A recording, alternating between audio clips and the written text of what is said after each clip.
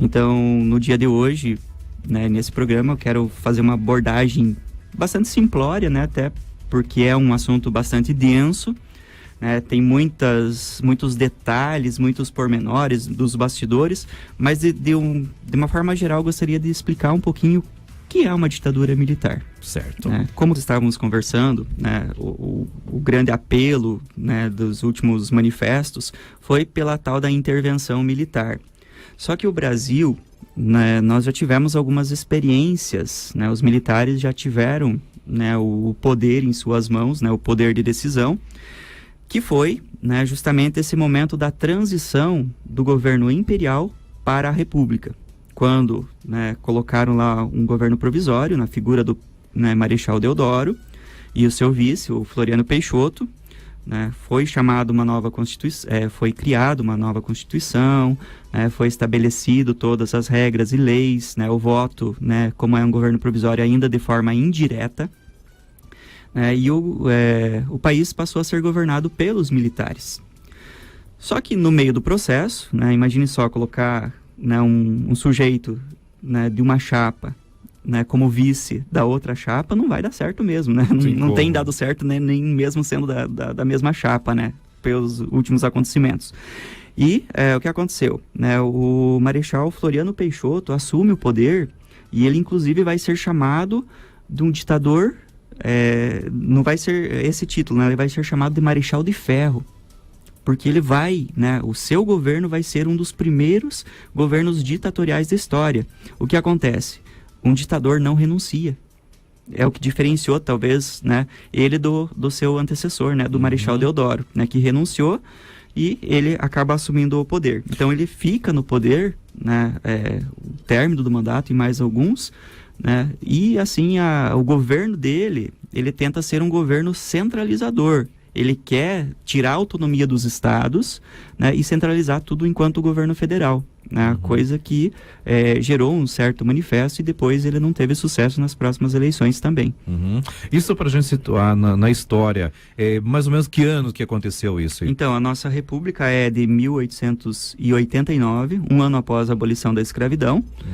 Também foi um dos fatores que ajudaram a enterrar de vez não digo maduro império, né, porque o imperador já estava, né, bastante cansado, fraco, tanto é que nas representações, né, ele sempre é representado sonolento, dormindo na sua poltrona, né, com todas as pompas que um imperador tem, e a partir da abolição da escravidão, há um descontentamento por parte dos fazendeiros com relação à manutenção do império no Brasil. Porque os fazendeiros se sentiram muito lesados, eles eram donos de várias peças, né? Porque os escravos eram objetos que foram adquiridos e não por um valor muito baixo. Então, para eles, naquela época, representou um grande prejuízo, né? Essa abolição da escravatura. Então, o imperador começou a perder sua força, né? E inclusive alguns aliados do próprio imperador resolveram, né, botar ele para fora, né, a partir de um golpe, né. É tão comum também, né, tanto como a intervenção, o golpe é muito falado ultimamente, né, nos últimos acontecimentos, né. Quem perdeu aí o poder, né, democraticamente eleito acaba dizendo que foi um golpe de Estado, enfim. Então, nesse contexto, né, o governo brasileiro começa nas mãos dos militares, né, o governo republicano. E eles ficam no poder até... eu fiz uma colinha aqui, né? Então, eles ficam no poder, né, por um determinado período, e a partir disso, o Brasil volta para uma democracia, né, apenas uma democracia oligárquica, né, que eram pequenos grupos que participavam do poder, a chamada política do café com leite, e permanece até 1930. As mulheres não tinham direitos de voto, de participação política, os analfabetos eram excluídos, os militares, o clero, né, ninguém tinha essa participação, né, e só muda quando o Getúlio assume o poder a partir de um golpe de Estado, né, que depõe lá o Washington Luiz, e assume o poder, né, com a intervenção militar novamente. E o Getúlio, muito desperto, né, ele fica ali, faz toda uma nova Constituição, né, de governo provisório ele passa a ser um governo constitucional, convoca a nova a Constituinte novamente para fazer um governo democrático, com caráter democrático, né? E nós temos aí toda a aprovação da CLT, que também está em bastante discussão, e houve novas leis, né, acarretando em algumas mudanças de alguns princípios básicos desta lei maior, lá de 1930, da década de 30. E o Getúlio Vargas, ele vai dar um golpe no golpe, né, o chamado Estado Novo, em 1937, que vai ser a ditadura varguista. Então, o Estado Novo vai ser uma segunda experiência ditatorial do Brasil. E uma ditadura, assim, também, como a ditadura de 64, que nós já vamos chegar lá, também que conduziu muitas pessoas ao ostracismo, ao exílio e à perseguição política, né, torturas, né, a perda de direitos políticos, né, que são os direitos civis e políticos também. Então, e nós temos aí uma ditadura de 37 a 45. Só quando ele é deposto, né, ele também é tirado nesse mandato, né, e ele é substituído depois por um de seus ministros, o Eurico Gaspar Dutra, militar, chefe de guerra, né? Então nós temos aí uma vasta experiência, mas ele faz um processo de transição. Aí nós temos outros personagens que vão participar, né, que é o JK, né, o Juscelino Kubitschek, lá na década de 50, né? Getúlio Vargas retoma o poder na sequência, né, um pouquinho antes do próprio Juscelino Kubitschek, né, de forma democrática, agora com, né, o apelo popular, né, por conta da consideração que as pessoas tiveram, né, com ele, por ele ter, né, de certa forma, criado leis que defendessem os direitos dos trabalhadores lá naquele período. Então, né, meio que saudosismo, né, conhecido como a política populacionista, né? Então, o povo aclama a volta de Getúlio, e ele permanece por mais alguns anos até que ele é tirado da vida para entrar na história, conforme ele mesmo deixa na sua carta testamento, né? Que, né, ou ele tomava essa atitude ou ele seria deposto também pelos militares descontentes com a forma de condução do seu governo.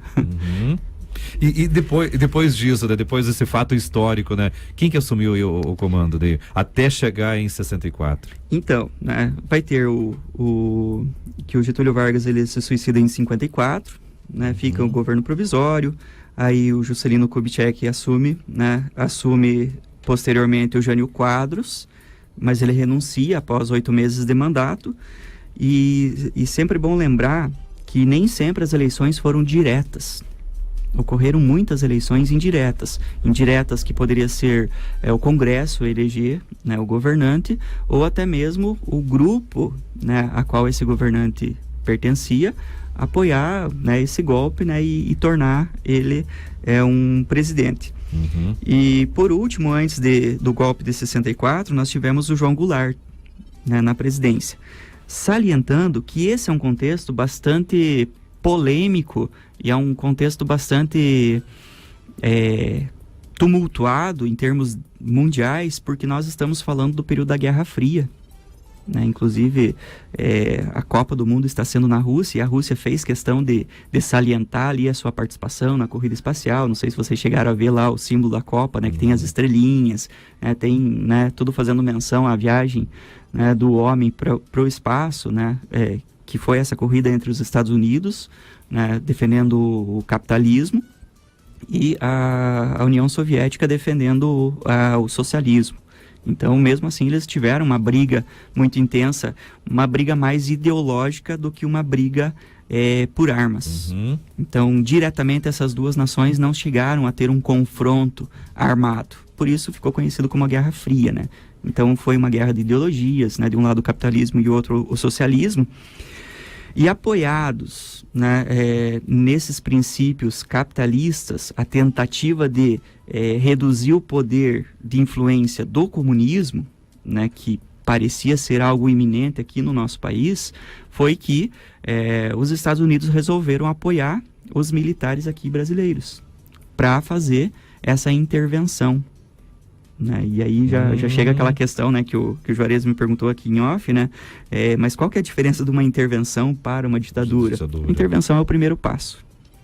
E é o assunto que a gente vai continuar depois do intervalo com o Eleandro de Carvalho contando pra gente aí. E aí sim, vamos entrar agora, Vânia, em 1964.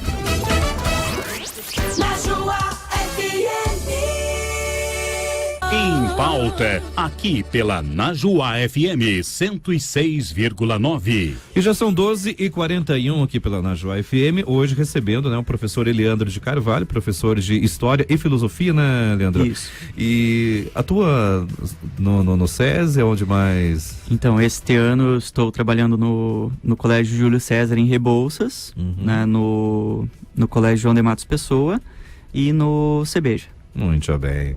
Todo o pessoal tá ligado aqui com a gente, né? Com certeza. Muito bem. Já no final ele vai mandar os abraços daí pros familiares, né, Vanilda? Tem que mandar abraço. Imagine deixar a mãe sem abraço, né? Jamais. Ganhar almoço. E a esposa... não, é a esposa, né? Então. Senão puxou de orelha, Então, puxou de orelha, né? Hoje a gente está falando, né, sobre o regime militar, enfim, a ditadura aí que nos últimos meses aí, né, durante a greve dos caminhoneiros, né, foi muito solicitado, muitas pessoas estendiam faixas, né, dizendo, volta, né, da ditadura militar. E não só de agora, né? Isso já há muito tempo, né? Aqui no Brasil já vem sendo pedido. Mas o que conta a história, né, em relação à ditadura militar? E é isso que o Leandro está conversando com a gente, né, explicando, né, detalhes, né, fazendo essas amarras, né, Vânia, né, Isso, eu até estava comentando que por que eu não tinha lá atrás a mentalidade que eu tenho hoje, porque tá tão gostosa a aula de história dele aqui, né, a gente presta atenção, você tá conseguindo acompanhar, porque, né, eu vivi parte no finalzinho lá, então a gente não pegou muito, não sou tão velha assim, né, Avanildo? Mas é gostoso você assistir essa aula de história e vivenciando parte a parte o que aconteceu e ficar sabendo como foi essa história. O que a história conta, né? O que a história conta, que você não sabe e que você está pedindo por algo que você nem sabe o que é. Exatamente. E não são boatos, né? É a história, né? O que aconteceu. Exatamente. E que nem a gente estava até comentando com o professor aqui, o que a maioria dos jovens sabe, aqueles que, né, não estão ali nos livros pesquisando a história, é o que foi romantizado pelas novelas sobre a ditadura, sobre o tempo. Mas ali é algo bonitinho. A realidade é ele que vai contar para nós. E aí, o Leandro ele já explicou, né? Desde lá de 89, né? Até chegar em 1964, né? Dizendo que teve ditador só de 64 dias. Não, peraí, né? Teve já antes, longe, né? Ele já explicou essa história pra gente. Se você estiver acompanhando lá no YouTube ou depois se interessar, entra lá no YouTube da Najuá, tem toda essa conversa, você pode voltar lá no YouTube e acompanhar toda essa aula de história que você tem aqui no Interligado. Isso que é legal, Juarez, é uma aula de história realmente, são os principais pontos que o Eleandro está levantando, e o Eleandro, na hora de preparar isso, até sexta-feira, contar uma conversa nossa lá no colégio, enquanto preparávamos. Quarta. Foi no nosso último dia que bateu a hora individual lá no colégio. E aí ele comentou sobre a questão, a preocupação de vir e falar sobre isso, que muitas pessoas tem um certo receio de falar, inclusive a gente já tinha conversado com outros professores também para vir para fazer debate junto com o Leandro. Algumas pessoas falam assim, não, mas eu não quero me posicionar, não quero falar sobre isso. Então, assim, a nossa preocupação não é a questão do eu acho, eu penso, eu digo, e sim o que os livros contam que está no material de história. Então, assim, a preocupação não é partidária, que muitos já dizem, questão partidária. Não é partidária. É uma questão de evidenciar o que está nos livros, que você vai encontrar lá numa apostila quando vai estudar para um vestibular, vai estudar para o Enem. Então, nosso objetivo é o quê? Que quem está ouvindo consiga reavivar isso na memória. E até para os alunos que vão esse ano vestibular e Enem, é um prato cheio. É uma revisão num tempo curto que o Leandro está fazendo aqui, que está fazendo milagre. Um pouco tempo para falar de tanta coisa. E vestibular está chegando, pode ser tema de redação. Temas transversais, né? A liberdade de expressão. Tem tudo isso, né? Tem tudo isso. Falando em censura, vamos começar lá então, onde o Leandro parou, né? Que foi lá de Jânio Quadros, né? Depois veio João Goulart. E depois disso, né? Como é que se instaurou a ditadura aqui em 64? Então, o que acontece, né? O João Goulart, né, ele foi o candidato escolhido, né, antes da ditadura, e ele começou a fazer uma série de reformas de base, né, que era a tentativa da tão sonhada reforma agrária, né, a distribuição das riquezas, né, no nosso país, elas são muito muito desproporcionais, né? Inclusive na última pesquisa, não é ninguém ligado à esquerda ou à direita que faz, né? Na última pesquisa do IBGE, né, o IPEA, foi constatado que 5 pessoas no Brasil, elas têm, né, maior, né, poder aquisitivo do que mais da metade da população. Nossa.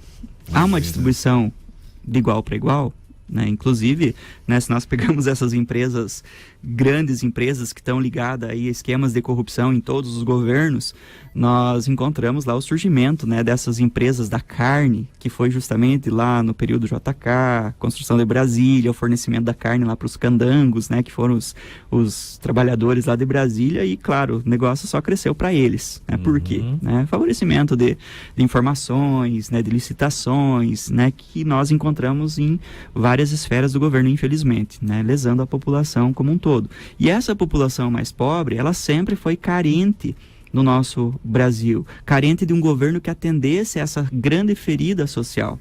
Então, por isso, né, o João Goulart, ele foi, de certa forma, deposto do seu poder, né? Teve que se exilar, né, e os militares, né, deram um ultimato, né, e ele teve que deixar o poder, assumindo, então, né, um governo provisório temporariamente, e, na sequência, o Castelo Branco, né, que era para ser algo transitório, para durar poucos meses, até que fosse tomada, né, uma nova eleição, né, feito todo um processo de democratização novamente. Mas o que aconteceu? Nós tivemos 21 anos de ditadura. O pessoal gostou, né? E quem não gostasse? Nossa. Ai. O lema do Brasil era: Brasil, ame ou deixe, né? Se você, né, vai contra o governo, você, né, tá indo contra a nação, então você não é bem-vindo aqui. E aí nós entramos em outro assunto, né, que já é a questão da repressão, a mídia. Por isso que, como a Vanilde comentou, né, e como a Vani falou também, essa noção romantizada que nós temos da ditadura, né, que ela só é possível, né, uma interpretação mais adequada a partir de muita leitura e não só de livros de história, né? Tem vários autores pesquisando, uma pesquisa séria, indiferente de ideologias partidárias, que mostram que a ditadura é algo horrível, né? É uma regressão, né, em termos de direitos civis, porque há a cassação de mandatos, há a cassação de direito de votar, de fazer a sua escolha, né? Há um cerceamento com relação aos próprios direitos sociais, o acesso fica limitado, só que tudo é escondido pela propaganda. E é propaganda impressionante, enganosa, diga-se de Leandro, passagem. deixa eu fazer um corte, a questão da arte. A questão da arte, o teatro, a literatura sofreu muita retaliação, a música principalmente. Nós pegamos aí Caetano, Chico, Gilberto Gil. Todos exilados, né? Exilados, escondendo ali, fazendo músicas que geram várias interpretações, que hoje, por exemplo, às vezes você leva para uma sala de aula, o aluno diz: nossa, mas será que ele quis dizer isso? Você não conhece o contexto histórico, não tem como interpretar isso de jeito algum, e entender assim a profundidade, a proporção que foi tudo isso na vivência das pessoas. Hoje, por exemplo, a primeira coisa, as redes sociais, né? Já seria na época, né? Já há uma tentativa, liberdade, né? de expressão zero. Então, o próprio Raul Seixas, né, que é um grande ícone, que supera gerações e gerações, né? Ele foi brutalmente torturado pela ditadura militar, teve que se exilar nos Estados Unidos, né? Eu lembro que inclusive foram alunos do Colégio SESI que em anos anteriores fizeram uma pesquisa e trouxeram um depoimento do Raul Seixas falando as formas de tortura que ele sofreu, algo extremamente desumano, né? Simplesmente para querer mostrar para as pessoas que elas estavam sendo oprimidas, né? Então os oprimidos parece que defendem os opressores,